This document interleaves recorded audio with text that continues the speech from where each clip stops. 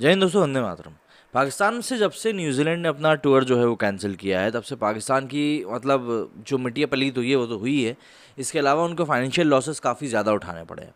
रमीज़ राजा अभी पीसीबी के नए अध्यक्ष बने हैं और उनके अध्यक्ष बनने के बाद ये एक ऐसी घटना हुई है जो कि पाकिस्तान को हिला के रख देगी। क्योंकि अगर हम बात करें 2009 में जब वहाँ पर श्रीलंका की टीम के ऊपर हमला हुआ था, उसके बाद पाकिस्तान लगातार इस कोशिश में लगा हुआ है कि कैसे भी करके इंटरनेशनल क्रिकेट जो है वहाँ पर वापस आया जाए। क्योंकि अभी तक वो जितनी भी बड़ी टीम्स के साथ मैच खेल रहे थे या यूँ कह लें किसी भी टीम के साथ खेल रहे थे, वो सभी मैचेस न्यूट्रल वेन्यू पे खेले जा रहे थे और कहीं ना कहीं उसको लेकर उन्हें पेमेंट अलग देनी पड़ती थी और जो उनको प्रॉफिट मार्जिन होता था वो काफ़ी कम हो जाता था, जिस कारण से वेजेस जो है वो पाकिस्तानी क्रिकेटर्स के वो नहीं बढ़ पा रहे थे। पीएसएल ने हालांकि बहुत हद तक हेल्प करी, लेकिन फिर भी पीएसएल के थ्रू क्रिकेट तो वापस आया, पर टीम्स जो वापस कंट्री में आनी चाहिए थी, जैसे इंग्लैंड और न्यूजीलैंड से लोग उम्मीद कर रहे थे, वो टीम्स वापस नहीं आई। अब ऐसे में रमीज़ राजा ने स्ट्रॉन्ग स्टैंड लेते हुए ये तो कह दिया है कि भाई अब हम अपनी टर्म्स के ऊपर खेलेंगे जिस भी देश में जाएंगे। एंड अपनी टीम से भी उन्होंने ये अपील करी है कि आपको वर्ल्ड की बेस्ट टीम बनना पड़ेगा, जिससे कि जितनी बड़ी कंट्रीज़ हैं वो हमसे खेलने के लिए कोशिश करें कि नहीं यार हमें इस कंट्री से खेलना ही है। हालांकि पाकिस्तान जिस तरह का देश है उसको देखकर इन चीज़ों का एक्सपेक्टेशन करना काफ़ी ज़्यादा मुश्किल है कि वहाँ के क्रिकेटर्स इन चीज़ों को सीरियसली लेंगे। और क्योंकि इन चीज़ों को लेकर काफ़ी सारी चीज़ें हैं जो कि हम लोग ऑलरेडी देख चुके हैं कि इसको लेकर कोई भी मतलब जितना सीरियसली लेता नहीं है पाकिस्तान में क्रिकेट को। मतलब टैलेंट के नाम पर अंदर तो आ जाते हैं, पर उस टैलेंट को लेकर कोई भी काम नहीं करता है। अब ऐसे में एक और टैलेंटेड प्लेयर हैं जो कि पाकिस्तान से ही आते हैं, शाहिद अफरीदी उनका नाम है। काफ़ी लोकप्रिय क्रिकेटर हैं वहाँ के, लेकिन बात ये है कि इन्होंने भी जो काम किए थे, मतलब क्रिकेटर ये अच्छे थे लेकिन जिस तरह से इनको खेलना चाहिए था उस तरह से इन्होंने भी नहीं खेला। और इसीलिए देखेंगे कि आपको इनके करियर में इतने डक मिल जाएंगे जितने शायद आपको शहर के आपके तालाब में भी नहीं मिलेंगे। अब शाहिद अफरीदी हैं, इनके बारे में हम ज़्यादा कुछ बोल नहीं सकते वरना पाकिस्तानियों को बुरा लग जाएगा।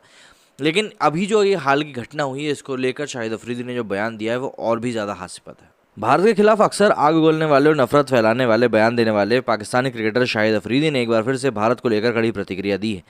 दरअसल पाकिस्तान क्रिकेट के लिए बीते कुछ दिन अच्छे नहीं रहे। पहले न्यूजीलैंड और फिर इंग्लैंड ने वहां का दौरा करने से मना कर दिया। ईसीबी और न्यूजीलैंड बोर्ड के इस फैसले को पाकिस्तान पचा नहीं पा रहा है और पूर्व पाकिस्तानी कप्तान शाहिद अफरीदी ने भारत पर दौरे को रद्द करने की साजिश रचाने का आरोप लगाया है।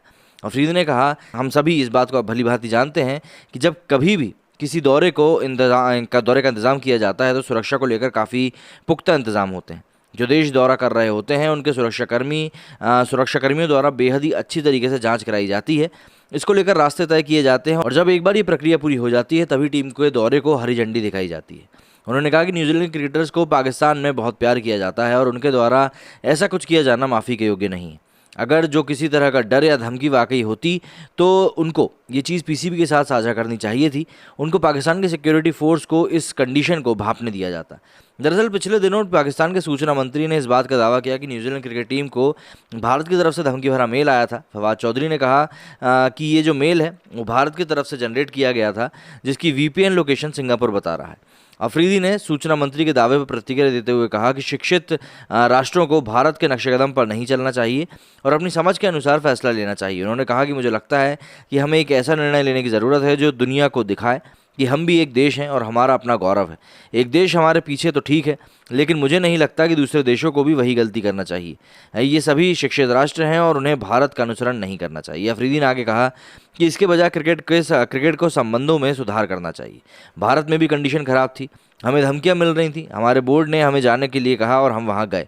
इसी तरह कोविड-19 के दौरान इंग्लैंड में जो हालात थे क्रिकेट चलता रहा।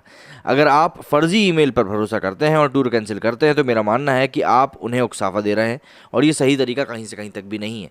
भाई अफरीदी को जिस तरह से बुरा लगा है वैसे ही पाकिस्तान के कई लोगों को भी बुरा लगा है। और जिस तरीके से ओम प्रकाश मिश्रा के ऊपर इल्ज़ाम लगाया गया कि भैया ओम प्रकाश मिश्रा ने ये सब किया है, मतलब वो एक वायरल सिंगर जो था, आपकी इंटेलिजेंस एजेंसियों की जो एक औकात कहनी चाहिए वो बताता है कि भाई आईएसआई जिसको कि आप कहते हैं कि दुनिया का सर्वश्रेष्ठ ये एक ग्रुप है और ऐसा है वैसा है, 10 तरह की आप लोग भतोले देते रहते हैं, तो वो कहीं से कहीं तक भी स्पष्ट नहीं हो रहा कि ये भतोले सही हैं या गलत है। बहरहाल अफरीदी की भी कुंठा है, उनको भी बोलना ज़रूरी था। उनके देश के साथ धोखा हुआ है और फाइनेंशियल लॉस जो हुए हैं वो तो हुए ही हैं। तो ऐसे में अब देखते हैं आगे क्या चीज़ निकल कर सामने आती है। मेरे स्टूडियो में फिलहाल इतना ही। जय हिंद, जय भारत।